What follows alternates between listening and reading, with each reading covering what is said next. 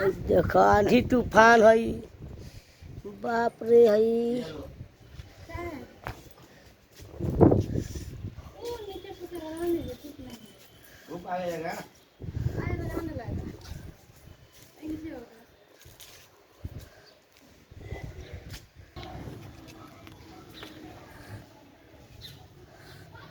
देखत हई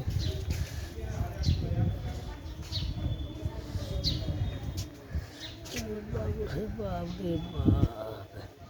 खेत से आंधी तूफान रही आदमी कैसे जाई, कहाँ जाई रे भाई।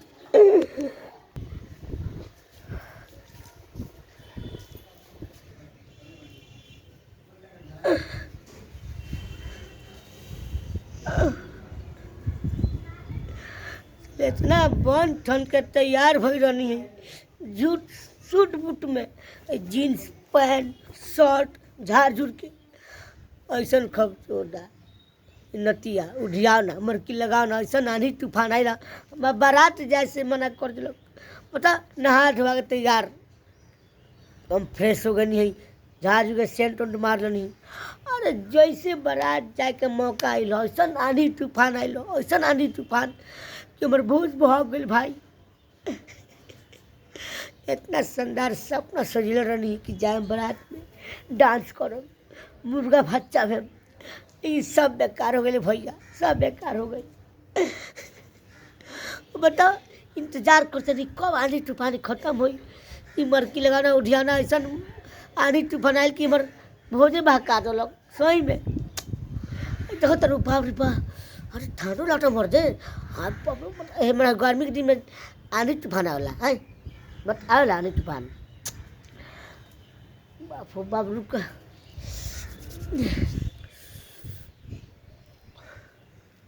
इंतजार करता नहीं घाम के धूप के। अब घाम आई बाराती चल जा, बारात के तो गाड़ी लागल बा लेकिन लोग लुकाइल बा कि बानी कोई बारिश आई तो सब भीज जाई कपड़ा लता। मैंने भगवानों नु देख ना पावल चाहेला हमरा के। जब कहीं जानी भोज भात खाए खाती तब बहाना आ जाला, को बारिश आ जाला, को आंधी तूफान आ जाला। बता आज कितना सुंदर दिन बन कर जेती हम भोज भात खाए, बारात में बाजा बाज जेती, नाचत गाचत जेती, सब मजा किरकिरा गई।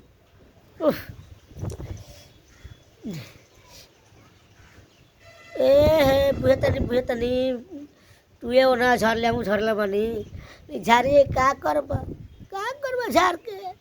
जब आंधी पानी भीजब तब तोरा लुकाइल बनी दूसरा घर में है?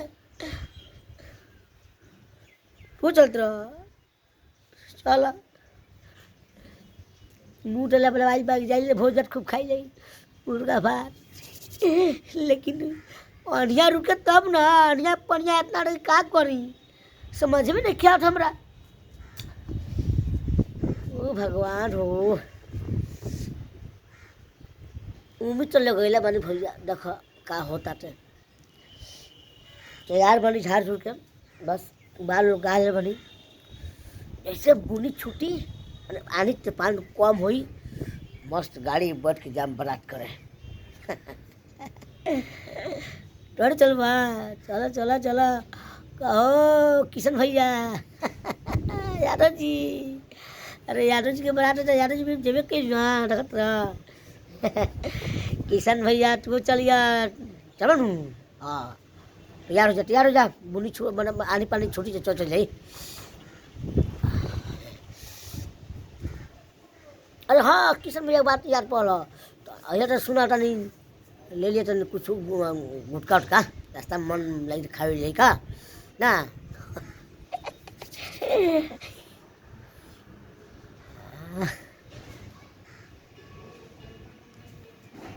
दुआई आता आंधी पानी देख के नू आदमी जाओ तो कहाँ जाओ।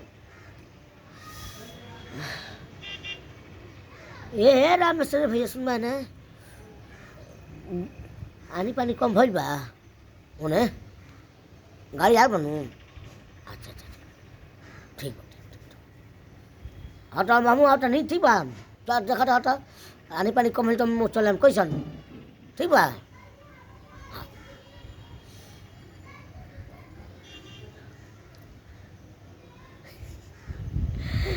लगा तो भोज मिली।